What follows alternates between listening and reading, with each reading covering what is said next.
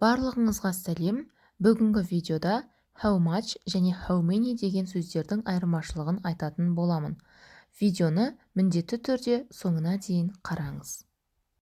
How much және how many сөздерінің екеуі де қанша деген мағынаны білдіреді. Бірақ екеуі екі жағдайға байланысты қолданылады және де екеуі де сұрақ қойғанда қолданылады.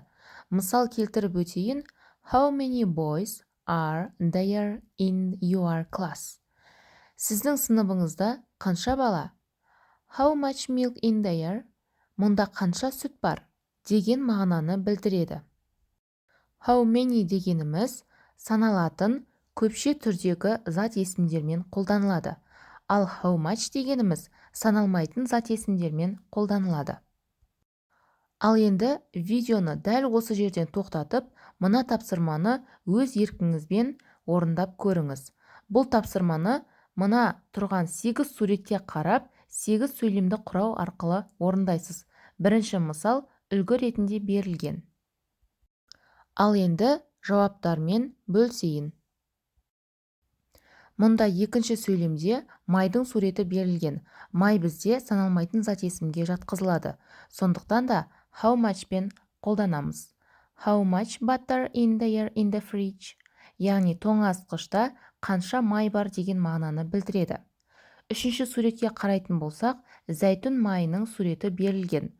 Бұл бізде саналмайтын зат есімге жатқызылады. Сондықтан да how much olive oil is in the bottle? Бөтелкенің ішінде қанша зәйтүн майы бар деген мағынаны білдіреді.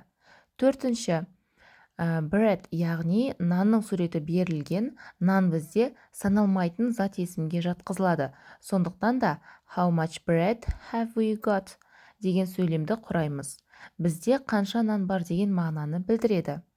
Бесінші суретте алманың суреті берілген. Алма бізде саналатын зат есімге жатқызылады және де how many мен қолданылады. How many ережеге байланысты айтып өттім. Көпше түрдегі зат есімдермен қолданылады. Сондықтан да алманы көпше түрдегі зат есімнің ережесіне сай s жалғауын жалғаймыз. Сондықтан да how many apples are there? Мұнда қанша алма бар деген мағынаны білдіретін сөйлемді құраймыз. Алтыншы суретте ұнның суреті берілген. Ұн бізде саналмайтын зат есімге жатқызылады. Сондықтан да how much пен бірге қолданамыз. How much flour do we need? Бізге қанша ұн керек деген мағынаны білдіреді. Жетінші суретте печеньелердің суреттері берілген. Печенье бізде саналатын зат есімге жатқызылады. Сондықтан да how many мен қолданамыз. How many biscuits have we got? Бізде қанша печенье бар деген мағынаны білдіреді. Сегізінші суретте лимонның суреті берілген.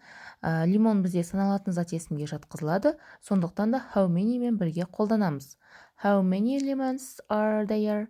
Онда қанша лимон бар деген мағынаны білдіретін сөйлем құралады. Міне достар, бүгінгі видеода айтатыным осы.